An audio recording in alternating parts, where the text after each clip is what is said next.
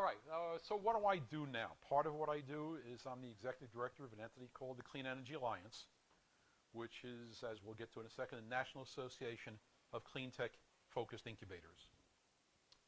And as an organization and not an incubator, my mandate is not to mentor companies, although I do that as part of the help I provide to the organization, as well as in a separate incarnation. It's fostering partnerships, it's fostering relationships. Because, again, the companies, they know what they know, they don't know what they don't know. And by introducing them to partnerships, to relationships, they get to learn a lot of the things they need to know, but don't know. Now let's see if this, okay, one quick touch seems to do it. So, we are a national association, nonprofit association, and our members are all nonprofit incubators. We have affiliate members that have a wider range of activities that simply want to be in some way supportive of clean tech commercialization and entrepreneurship. One of the words we hear a lot about is entrepreneur, and if I'm going to tell a little story that I heard when I was at the ARPA-E conference in Washington 2 weeks ago that resigning Secretary of Energy Stephen Chu told. And he told a story about a woman, a couple that just got married. And after the ceremony, before the nighttime events, the woman says to the husband, "Dear, please be gentle with me tonight. I'm a virgin." He looks at her and says, "How can you be a virgin? I'm your fourth husband." She says, "Well, let me explain. My first husband was a bon vivant, aggressive, dynamic young man, turned out to be gay. And we never consummated the relationship. My second husband, I didn't want to repeat the same mistake, so he was a much more established, well-rounded, professional gentleman. Turned out he had some issues and was unable to perform. So again, we didn't consummate the relationship. My third husband was a young, dynamic entrepreneur. And every night, he would sit at the end of the bed and tell me how great it was going to be. One of the challenges for entrepreneurs is stopping telling how great it's going to be and making something happen. And one of the ways of making something happen is get them into relationships, get them into partnerships, get them into situations where someone's pushing them to finally make it happen. And I mean, one of the things that that we've heard about founders of the company whose facility we're in today, as well as a company like Apple, is get a product out there. Don't expect it to be perfect. Don't wait till it's perfect. It will never be. Get it out. Get the feedback. Get the customer responses. Make it better and better, but get it out there. One of the big things we work to do in Clean Energy Alliance in the incubator members is to help companies get it out there. Or one of the aspects I started talking a lot about that people were very uncomfortable initially was create early failures. Not every business idea, not every product idea is going to be successful. And if you simply help someone continue to pursue what, for reasons they don't perceive, but maybe you do, as something that's going to be ultimately a failure, not a success, help them channel that entrepreneurial talent and drive and spirit into something that has a chance for success.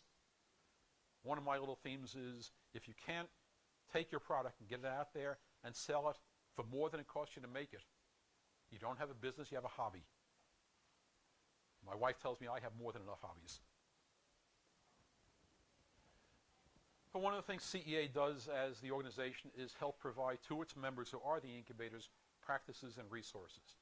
And I've had some great discussions this morning from the fellow who's going to follow me about some ideas and some of the things he's done along the line of developing practices and resources that we'll have further discussion about how to integrate into the U.S.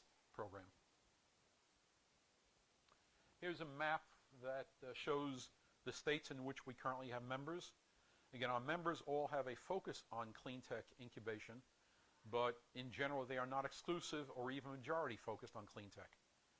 For example, I have one member that currently is mentoring 90 companies, of which only 6 are in the clean tech space. So they cover the full gamut of food and construction and IT, obviously strong focus in many of them on pharma, but they all have some participation in clean tech, and that's what qualifies them as being a Clean Energy Alliance member. So my goal ultimately is to turn the country green, currently in discussions with potential members in South Carolina.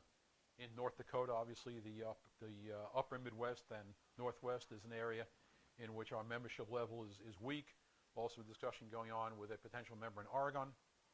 But I'd love to continue coloring the map green.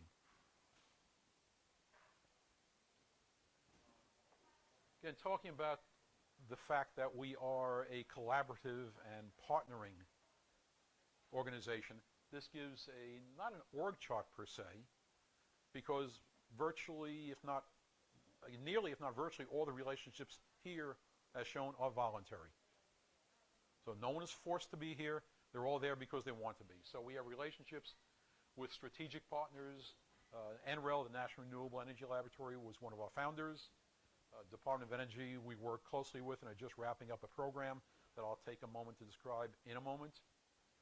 The National Institute of Standards and Technologies has an organization, the Manufacturing Extension Partnership. Again, I'll mention the relationship we have with that organization.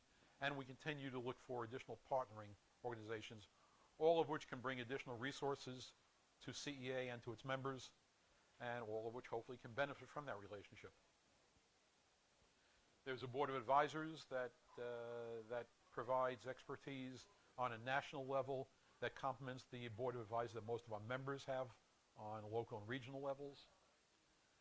There are the incubators, obviously, they are our members, but below them are what this is really all about, and that's the clients, the emerging companies that range from being one-man or one-woman businesses sitting at a desk in their home to being divisions of major corporations that have found an attractive way of stimulating new business to develop these entrepreneurial approaches. Within the current scope of CEA, which has approximately 40 members, there are about 3,000 companies at various stages of receiving support and commercial development.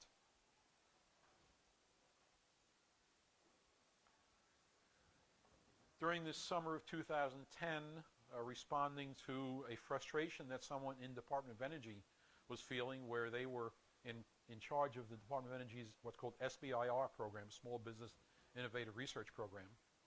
And he was frustrated by the fact that companies were receiving awards but didn't seem to be advancing very well in the commercialization path, and believed that it was partly the tunnel vision effect, and really lots of entrepreneurs, lots of technology developers don't know a whole lot about actually making a business and commercializing. And so he formed with Clean Energy Alliance something called the DOE CEA Partnership Program, which, with a grant from the Recovery Act, provided a means for CEA members to work with emerging companies that had received prior federal support and see if we could help accelerate their commercialization. So in that program, 23 CEA members worked with 43 companies, and I say the results are being gathered. We'll talk briefly about some of the results. They're actually pretty nice to talk about. As we were pursuing that partnership work, one of the realizations that dawned on us was that within the scope of the members, there was expertise in virtually every professional and technical area you could think of, ranging from professional services, technology experts, lawyers, accountants, et cetera, et cetera. But most, if not all of the companies, and it's only most, would at some point have to make something that they would have to sell. And we found that while we had manufacturing expertise, it wasn't necessarily as strong as it could or should be. And we were introduced to and formed the relationship with the NIST Manufacturing Extension Partnership, which is a already existing network of centers of manufacturing excellence around the country. There's about 60 MEP centers, so some states have more than one.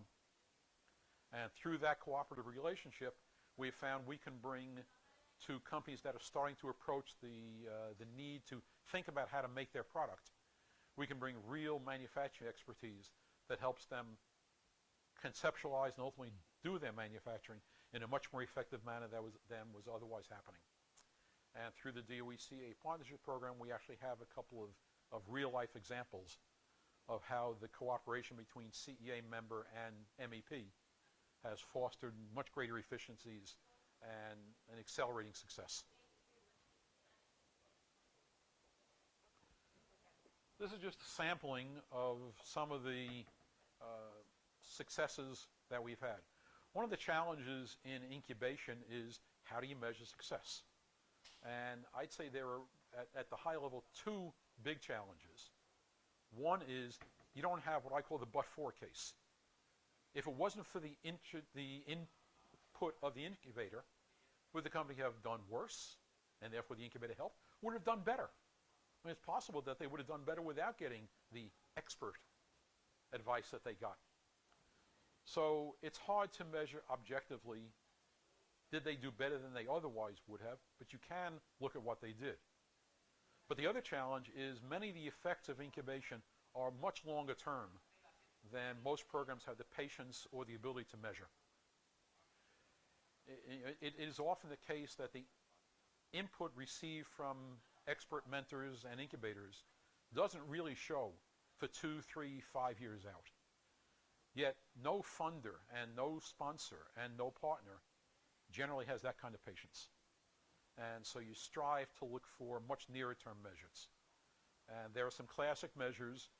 And for example, incubators often talk about how much money was raised by their clients. But that gets me to, was that more or less than they would otherwise have? So these are some examples, and separately, if you like, I'm not going to go through the details here, but they are some notable examples that show results that have happened in just the course of basically a year or less since the mentoring programs started winding down. Lastly, we are a national organization, and so we look at opportunities for relationships, for sponsors, for sources of practices and resources that are broader than our members can, who are always local and are sometimes part of regional networks. And so it's kind of an implementation of we think globally, but help act locally. And I thank you for your time and attention. That's an introduction to Clean Energy Alliance. And since I was getting as well the wrap up from Les signal, Les, I turn the table back over now to Les.